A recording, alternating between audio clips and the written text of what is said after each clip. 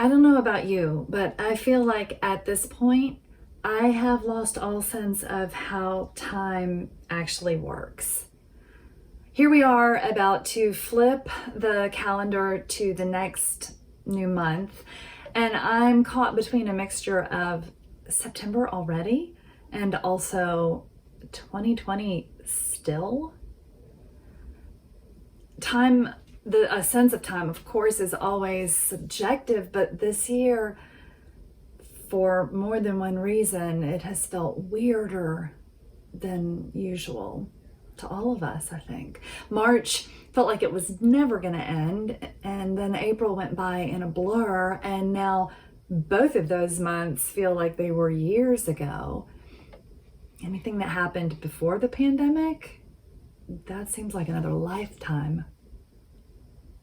So it feels to me like it's been a year since our last Sunday worship service a week ago, because so much has happened in the news in just 1 week, and so much of it has been bad.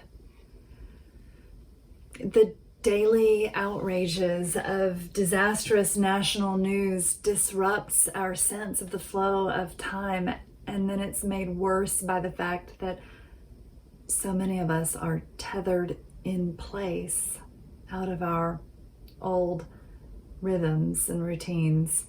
It's exhausting, it's overwhelming, and it's hard not to feel powerless.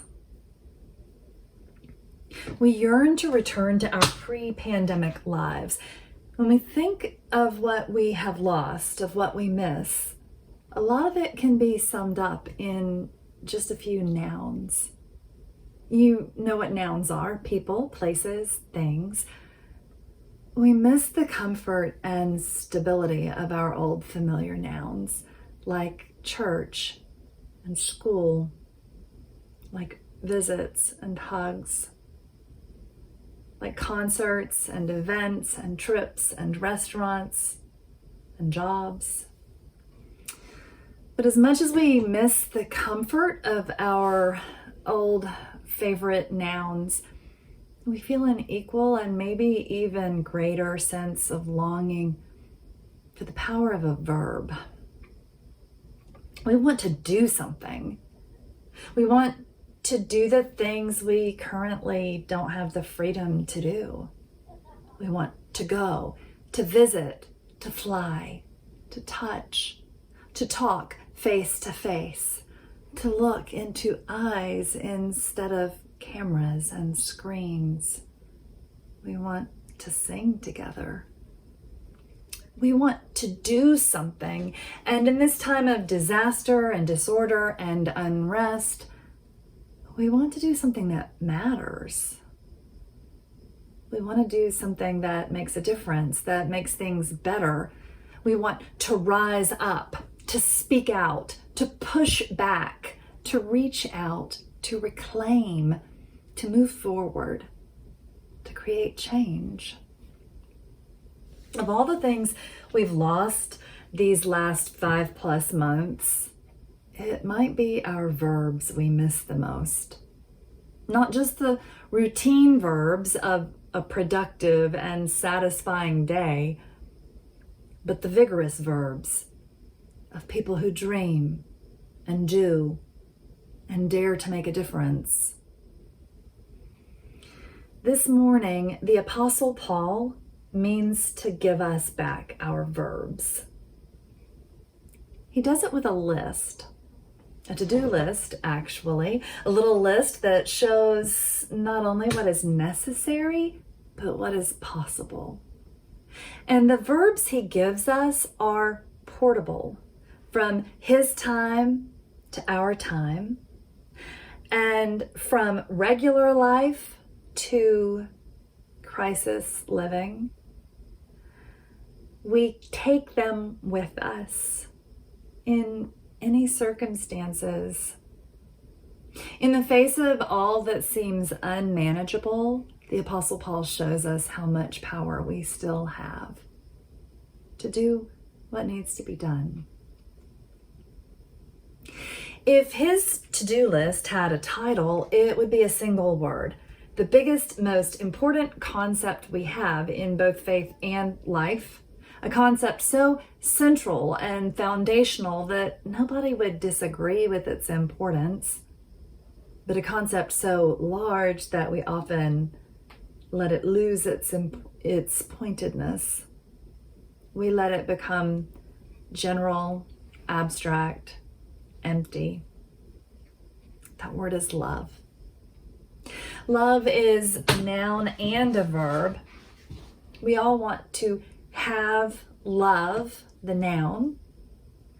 The Apostle Paul also wants us to do love, the verb. He wants us to go beyond believing in the importance of love. And who doesn't believe in love? Everybody believes in its importance. But Paul wants us to do love in the concrete, in the particular, in whatever circumstances we're in, including the ones we're in now. The vigorous verbs Paul gives us move us from big ideas of love in the abstract to the daily choices of the concrete actions of love. Let love be genuine, he begins. And the word he uses here for love is agape, that big, self-giving, unconditional love that God has for us and that we aspire to have for others. We've already received that love as a noun. We have that love from God, even though we struggle to believe it and receive it and to believe we have received it.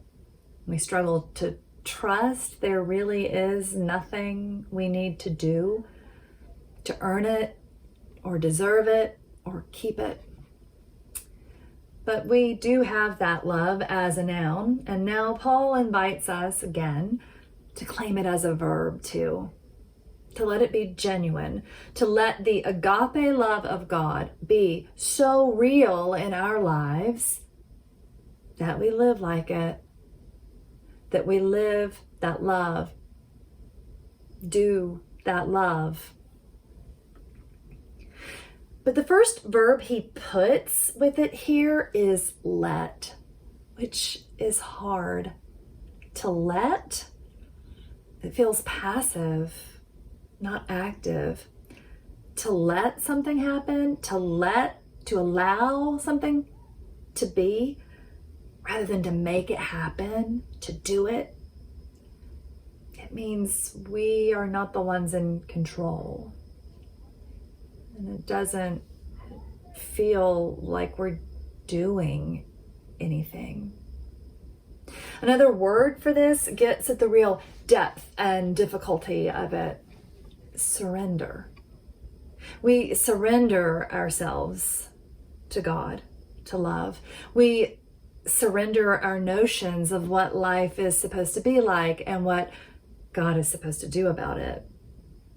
We surrender our efforts at control. We surrender our attachment to our plans and our grip on certainty. We surrender our self-centeredness.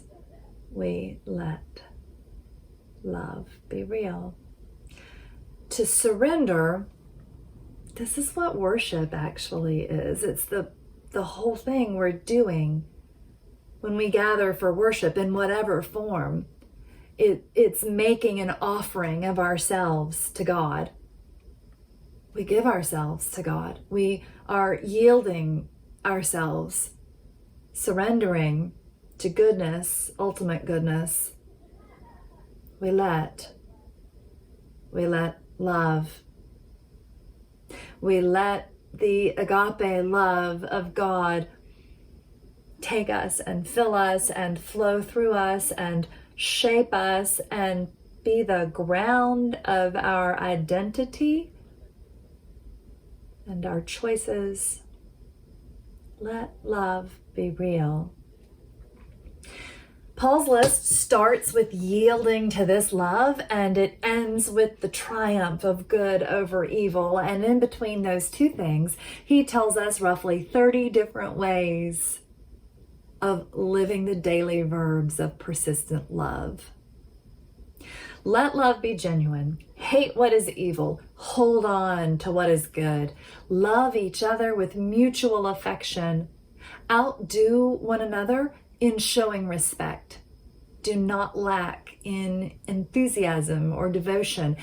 Be fierce in spirit. Serve the Lord. Rejoice in hope. Be patient in suffering. Persevere in prayer. Contribute to the needs of God's people. Extend hospitality to strangers. Bless those who persecute you. Bless and do not curse them. Celebrate with those who are celebrating. Grieve with those who are grieving. Live in harmony with others. Don't be smug or self-righteous or self-important or self-centered. Associate with people who have no status. Don't repay evil for evil. Consider what is noble. Do all you can to live in peace with everyone else. Never seek revenge. Leave room for God's justice. Feed the hungry, including your enemies. Give something to drink to those who are thirsty, including your enemies. Do not be overcome by evil. Overcome evil with good.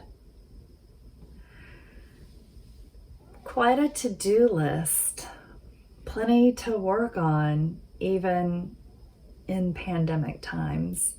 And by the way, you can't tell it in English, but every one of these is written in the plural. Paul isn't saying, hey, you individually be fierce, keep praying, keep hoping. He's saying, y'all be patient in suffering. Y'all rejoice in hope. Bless your enemies, y'all. Y'all means we don't do all this alone. We're in it together. Living the verbs of love is not a solo act. Even when we're physically separated, we are not alone. And his list sort of builds in concentric circles, starting first with devoting ourselves to each other as siblings in the family of faith. And then moving beyond that together to give to the needy and extend hospitality to strangers. And then going further to even bless our enemies. And then going beyond that to live in peace with everyone.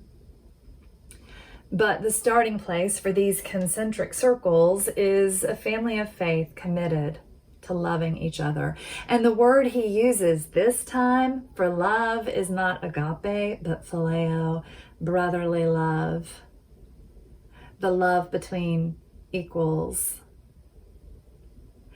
Find your people, commit to a family of faith, and together commit yourselves to the countercultural practice of putting other people first. If you're gonna rise up, if we're gonna rise up against evil in a world caught in its grip, this is where we start, with each other. A little circle of commitment, practicing love, cultivating affection and kindness, showing respect to each other, honoring each other, elevating each other, hoping together, practicing patience together, devoting ourselves to prayer together, encouraging each other in fierceness and persistence. Being physically separated makes all this feel harder than it once did. But it isn't impossible.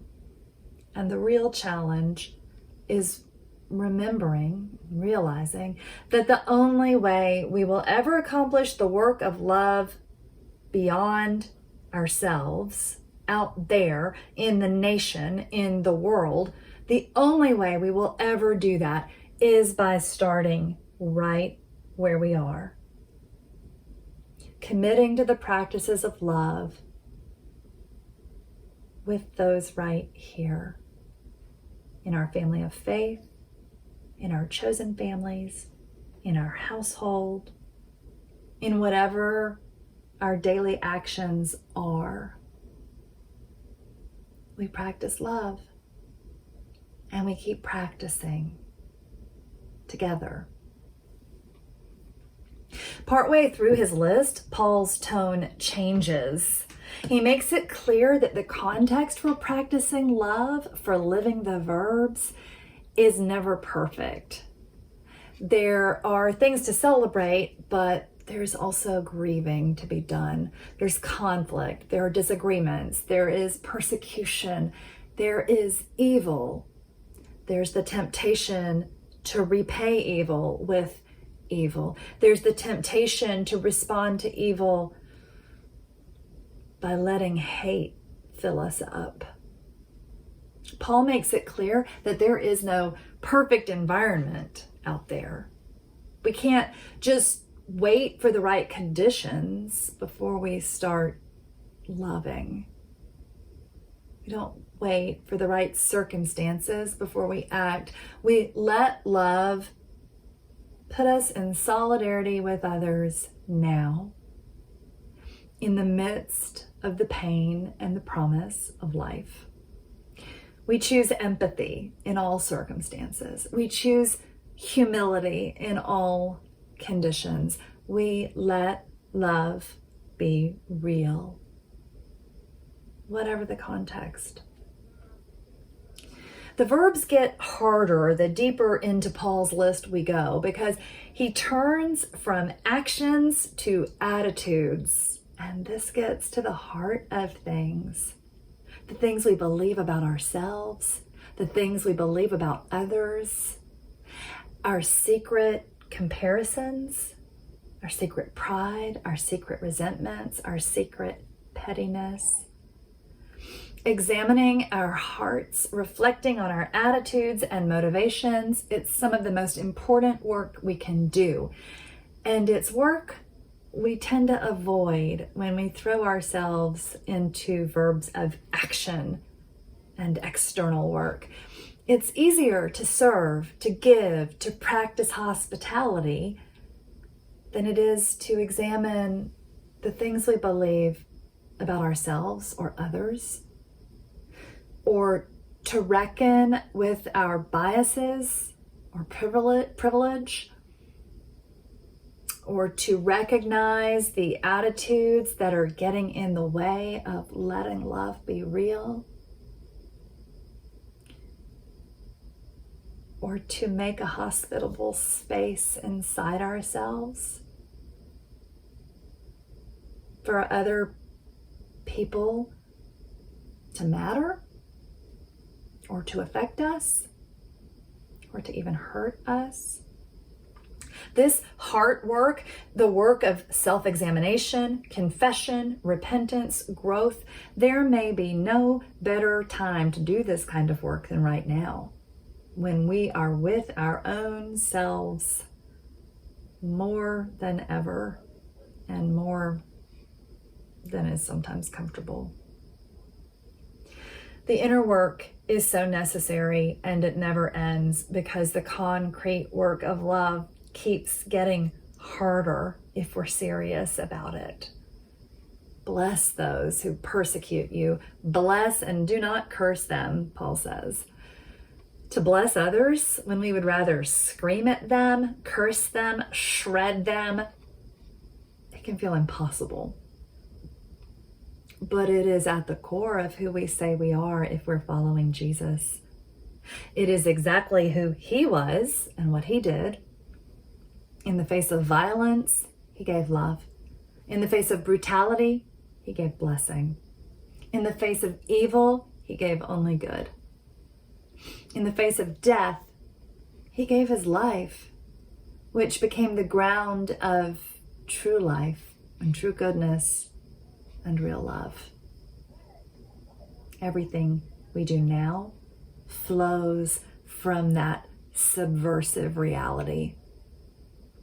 Do not repay anyone evil for evil, Paul reminds us.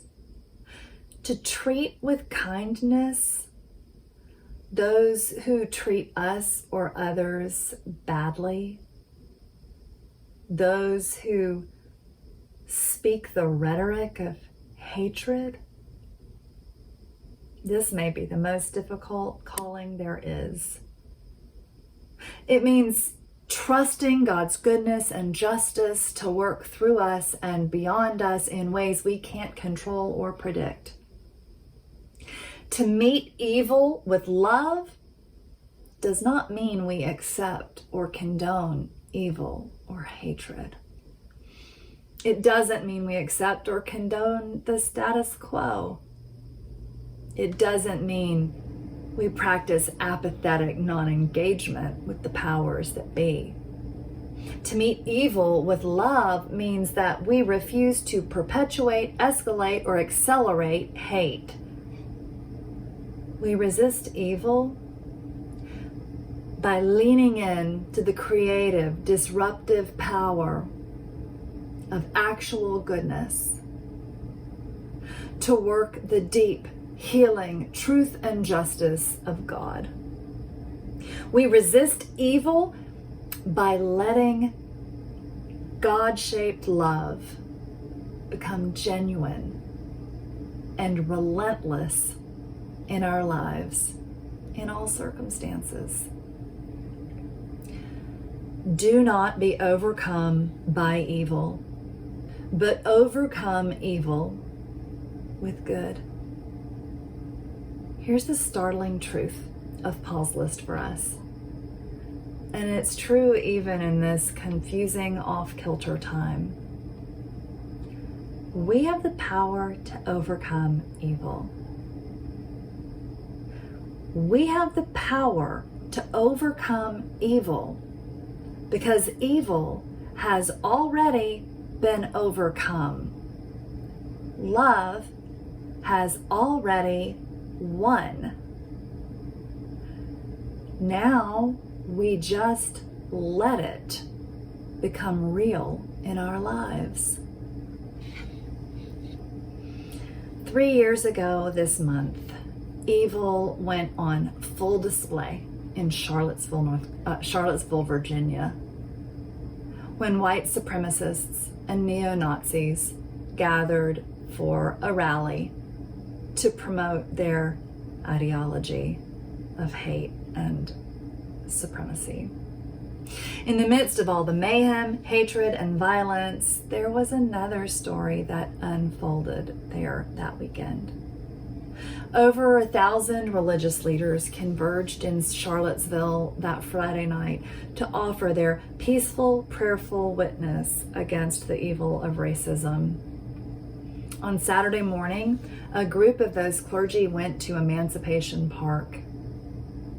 A group of militiamen were already there, lined up, wearing military gear, carrying semi-automatic weapons.